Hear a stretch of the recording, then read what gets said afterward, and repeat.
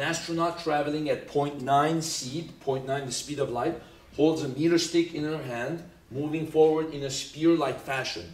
So it goes like this. So they're going at 0.9 the speed of light, and then the meter stick is 1 meter long. And then the question says, the astronaut sees the spear's length as what? The student who jumps the gun and uses the equation of length contraction is going to get this problem wrong, right? They're not reading it very carefully. The astronaut sees the spear's length as what? Okay? Well, according to the astronaut, they are not moving. They are stationary. The rest of the universe is moving past them this way, right? So according to them, the length of the spear is not contracted. It's not larger. It's not anything. It's the same length as what it is. So the answer is C. The astronaut sees the spear's length as 1 meter. Now, it's a different matter if the question says an observer on Earth, right? The observer on Earth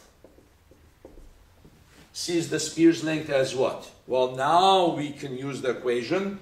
L relativistic is L proper divided by gamma. This is the equation of what's known length contraction, right? So a person on Earth or in a stationary reference frame will think that the ruler has been contracted, right? This gamma is known as the relativistic factor. It's defined as 1 over square root of 1 minus beta squared. Okay, so this is definition. It's a unitless value. And what's beta? Beta is defined as the velocity that a rocket or some spaceship is going at divided by the speed of light. Also unitless. So if we wanted to calculate it, well, what would happen is we would say beta is 0.9. 0.9 the speed of light divided by speed of light, that would be 0.9, right? What would gamma be? Gamma be square root of 1 minus 0.9 squared.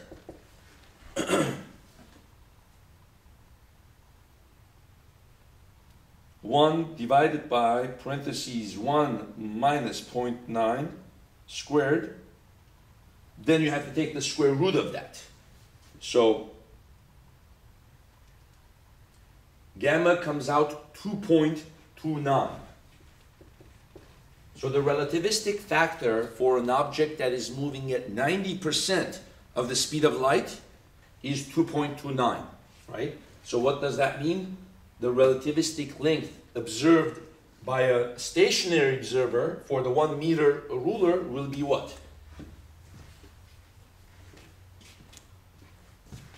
1 divided by 2.29, right? So we could do 1 divided by 2.29, roughly 0.44 meters. Well, none of the choices had 0.44. So let's say this was 0.44, then you would choose A, right? So it depends on the wording. Make sure you read the problem correctly.